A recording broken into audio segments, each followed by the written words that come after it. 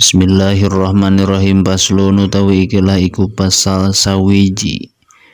Al-mughalladatu utawi najis mughalladuh iku tathuru narima suci. Bisam iku salatin kalawan pitu piro-piro wasuhan. Ba'da izalati ainiha ing dalam sause ngilangaken aine najis. Ihdahunna utawi salah sawijine sab iku salatin biturobin kalawan den campuri nut. Paslun ari ieu hiji pasal rek nyaritakeun najis mughalladoh anu bisa suci ku 7 kali kumbahan. Berarti urang teh rek nyaritakeun cara ngabersihanana najis mughalladoh.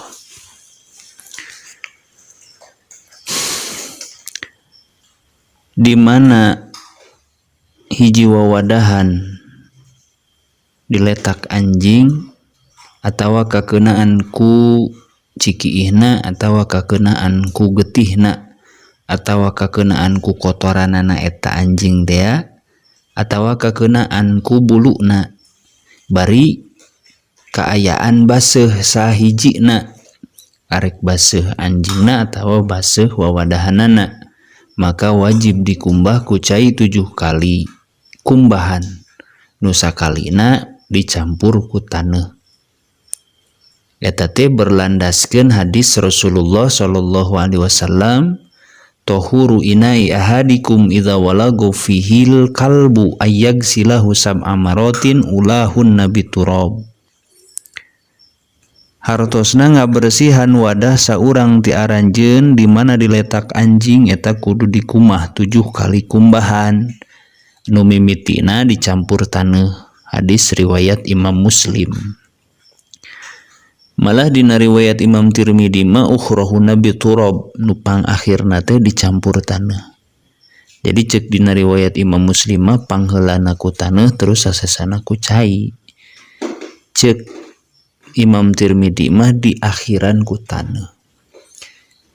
Ieu 7 kali kumbahan teh santos hilang ayeuna aya najisna, aya najis mughalladoh tadi.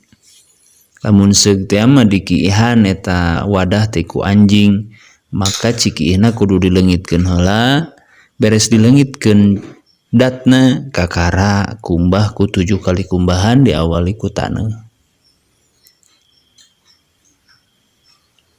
Malah mana yang tapang utama-utama mah dibalenan nu kahijina teh ku taneuh supaya dibersihan dina saterusna teh ku cai.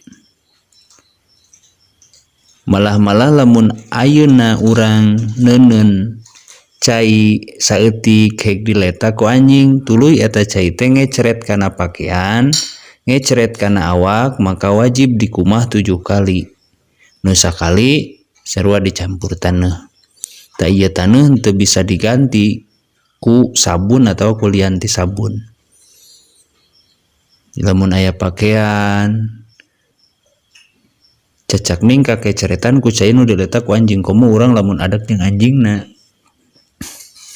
Komo lamun salah sahiji pakaian urang di kotoran ku getihna, di kotoran ku cikiihna, di kotoran ku kokotorna eta anjing, maka kudu pertama nama piceun heula ayeuna terus dikumbah ku 7 kali kumbahan. Eta tentang najis mughalladoh bisa suci ku 7 kali kumbahan sabada ngaleungitkeun ayeuna najis. 7 kali kumbahan eta dicampur salah sahijina teh ku nyaeta ku taneuh. Malah pangutamaana mah mimitian ku taneuh terus diakhiri ku cai. Cara ngumbahna 7 kali kumbahan. Wallahu a'lam bishawab.